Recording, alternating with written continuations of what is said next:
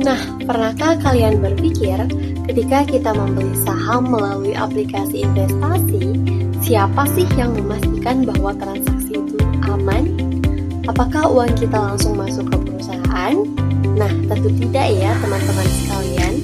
Jadi, di balik satu kali kita klik, itu ada beberapa lembaga yang bekerja sama agar transaksi yang kita lakukan di pasar modal itu dapat berjalan aman dan juga teratur. Nah, siapa saja mereka dan bagaimana cara mereka bekerja? Yuk kita bahas. Assalamualaikum warahmatullahi wabarakatuh. Saya Lilis, mahasiswi program studi kewirausahaan.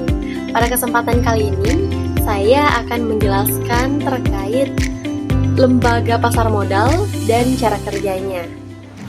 Nah, sebelum mengenal lembaganya, kita perlu memahami terlebih dahulu apa sih yang dimaksud dengan pasar modal. Jadi, pasar modal itu adalah tempat bertemunya pihak yang membutuhkan dana, seperti perusahaan, dengan pihak yang memiliki dana, yaitu investor.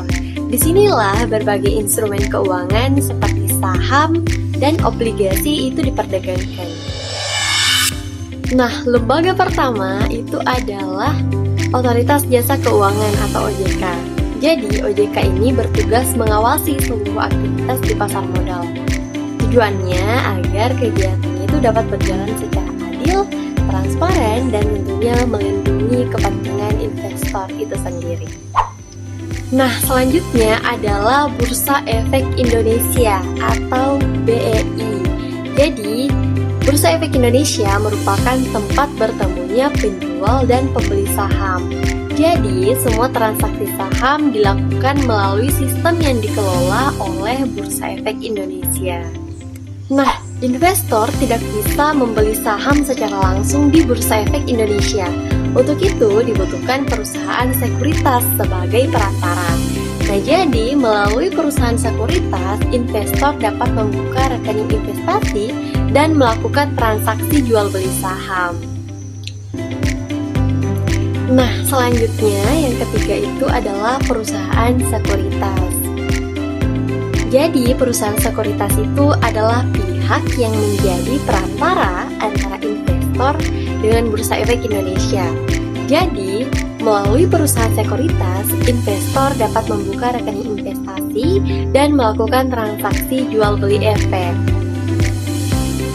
Nah, yang keempat itu adalah Clearing Penjamin Efek Indonesia atau disebut juga KPEI. Jadi, lembaga ini bertugas untuk menjamin penyelesaian transaksi sehingga hak dan kewajiban antara penjual dan pembeli itu dapat dipenuhi. Dan yang terakhir adalah Kustodian Sentral Efek Indonesia atau disebut juga KSEI. Nah, jadi KSEI bertugas mencatat dan menyimpan kepemilikan efek secara elektronik sehingga data investasi investor itu dapat tersimpan dengan aman.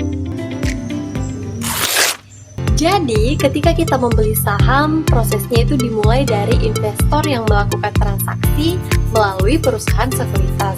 Transaksi tersebut kemudian diproses di Bursa Efek Indonesia. Kemudian, seluruh prosesnya itu dijamin penyelesaiannya oleh KPEI. Sementara kepemilikan saham dicatat dan disimpan oleh KSEI. Sehingga seluruh proses ini diawasi oleh OJK agar berjalan sesuai aturan. Setiap keputusan investasi yang baik selalu dimulai dari pengetahuan yang benar. Jadi, kenali lembaganya, pahami sistemnya, dan berinvestasilah dengan bijak. Saya Lilis, terima kasih telah menyaksikan. Sampai jumpa di video edukasi berikutnya. Wassalamualaikum warahmatullahi wabarakatuh.